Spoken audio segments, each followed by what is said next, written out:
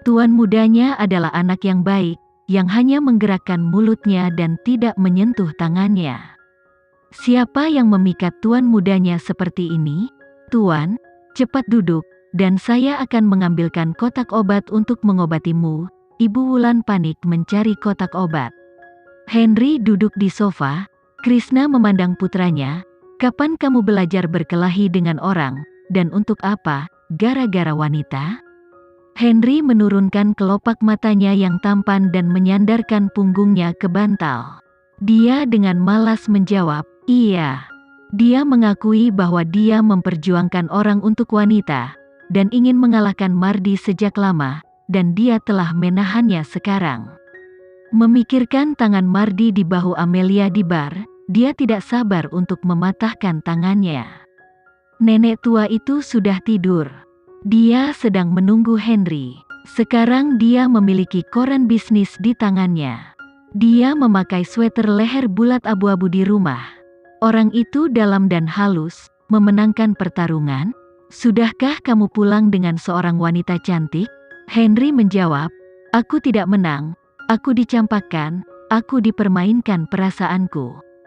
Di bar, dia harus mengakui bahwa Mardi benar. Dia dicampakkan oleh Amelia, pertama kali dimainkan seperti ini.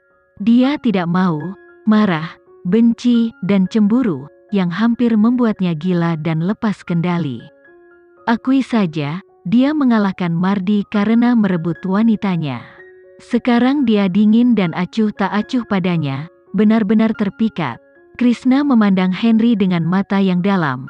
Lalu segera selesaikan hubungan yang gagal ini, dan kamu akan bertemu lebih baik di masa depan.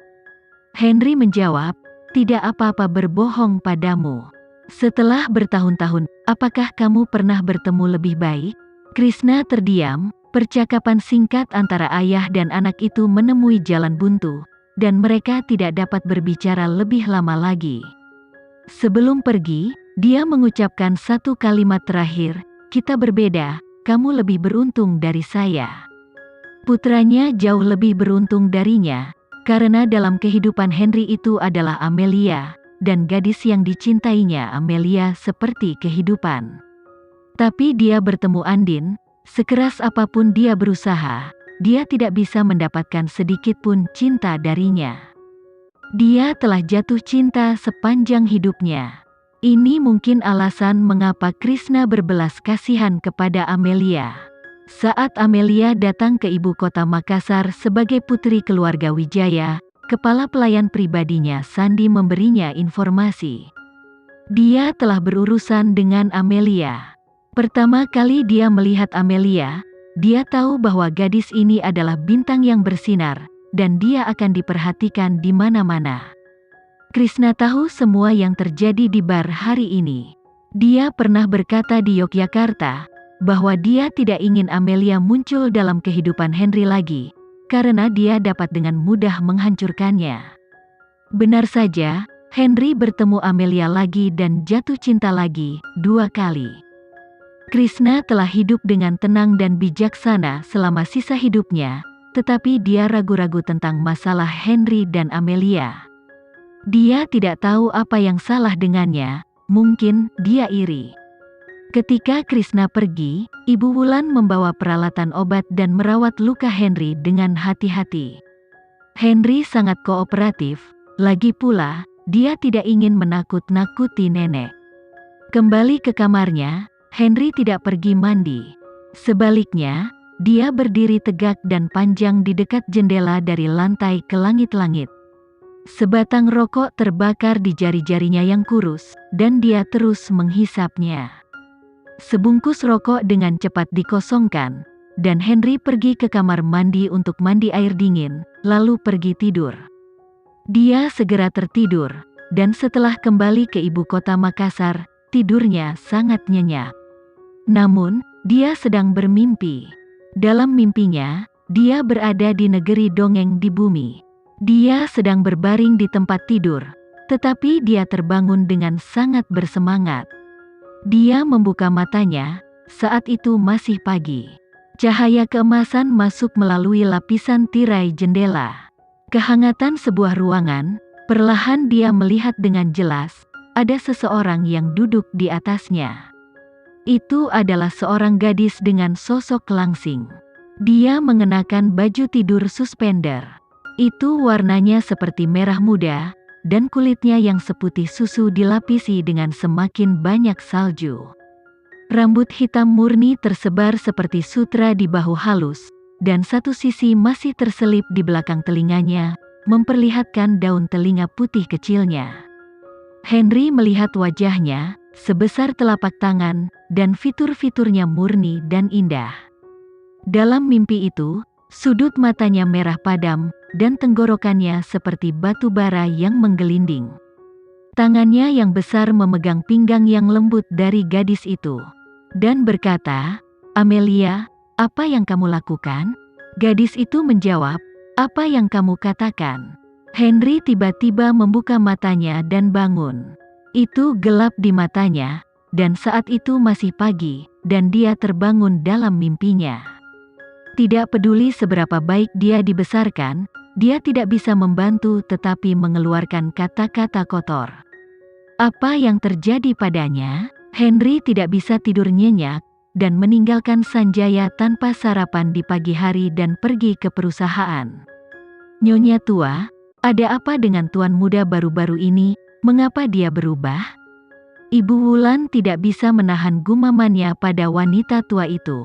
Wanita tua itu merasa tidak nyaman di hatinya. "Saya pikir dia sedikit marah akhir-akhir ini. Ibu Wulan akan mengatur makan malam baru-baru ini," berpikir bahwa dia pergi ke atas, dan pergi ke kamar tidur utama Henry untuk membersihkan. Setelah masuk, tempat tidur besar itu berantakan, dan semua bola kertas di atas karpet lembut, serta pakaian kotor yang diganti Henry. Ibu Wulan berkata, "Nyonya tua, kamu benar, tuan muda benar-benar marah baru-baru ini." Henry pergi ke perusahaan, dan seluruh perusahaan tahu bahwa bosnya sedang dalam suasana hati yang buruk hari ini. Setiap orang menghargai masing-masing dan takut mereka tidak berani mengekspresikan diri. Sore harinya, Henry menerima SMS dari Maya, "Henry, kamu sibuk hari ini? Bisakah kamu datang menjemputku dari sekolah?" Henry melempar telepon ke meja. Setelah beberapa detik, dia membalas pesan, "Oke." Henry mengambil kunci mobil dan langsung menuju Universitas Triananda. Rolls-Royce Phantom berhenti di pinggir jalan. Henry tidak keluar dari mobil. Dia perlahan meluncur ke bawah jendela mobil, matanya yang dalam dan sipit menatap santai ke arah Andalas melalui kaca spion yang cerah. Ini hanya setelah jam sekolah, dan mahasiswa Universitas Andalas keluar satu demi satu. Henry melihat Devina, tapi Amelia tidak bersamanya. Devina dan beberapa gadis datang dan mengobrol sambil berjalan. "Devina, kenapa aku tidak melihat Amelia hari ini?" "Amelia sakit dan mengambil cuti." "Apa, Amelia sakit?" "Ya, Amelia mengalami demam tinggi hingga 42 derajat. Saya mendengar bahwa dia masih koma. Saya akan mengunjungi rumah Wijaya. Apakah kamu ingin pergi dengan saya?" "Tentu kita harus pergi bersama. Akademi Ilmu Pengetahuan akan datang untuk memilih bakat dalam 2 hari. Bukankah Amelia selalu ingin masuk Akademi Ilmu Pengetahuan?" Setelah bekerja keras sekian lama, Amelia tiba-tiba jatuh sakit. "Apakah menurutmu Amelia ketakutan di bar tadi malam?" "Tadi malam, Tuan Mahendra dan Mardi bertengkar. Aku masih kaget memikirkannya." Pada saat itu, Tuan Henry mendorong Amelia. Di bar tadi malam, dia mendorongnya secara tidak sengaja, ketika dia sangat marah sehingga dia tidak mengendalikan dirinya sendiri. Saat ini, pintu mobil terbuka dan Maya duduk. "Henry, sudah lama kamu menunggu?" "Aku tidak menunggu lama, aku akan mengantarmu pulang." "Henry, haruskah kita pergi makan malam bersama?" "Saya ada rapat nanti, saya tidak punya waktu hari ini." Maya memandang pria di sebelahnya, wajahnya yang tampan tajam dan dingin, dan seluruh tubuhnya tertutup embun beku. Jelas sekali bahwa dia sedang dalam mood yang buruk. Henry, apakah benar kamu memberitahuku tentang pertunangan kemarin? Kamu tidak bercanda kan? Henry berkata dengan suara yang dalam dan magnetis. Sekarang ibu kota kekaisaran menyebar bahwa kita bertunangan. Maya, saya katakan bahwa pertunangan itu nyata, dan saya bisa menikahimu, tetapi saya tidak menyukaimu. Aku hanya butuh Nyonya Mahendra. Apa yang dia katakan? Maya terdiam, dia bilang dia tidak menyukainya. Maya sudah tahu bahwa pria ini dingin dan tidak penuh kasih sayang, dan manisnya pertunangan berubah menjadi rasa malu dan penghinaan yang samar. Maya, kamu adalah putri terkaya, kamu punya banyak pilihan, tidak perlu salah sendiri untukku, apa kamu memikirkannya?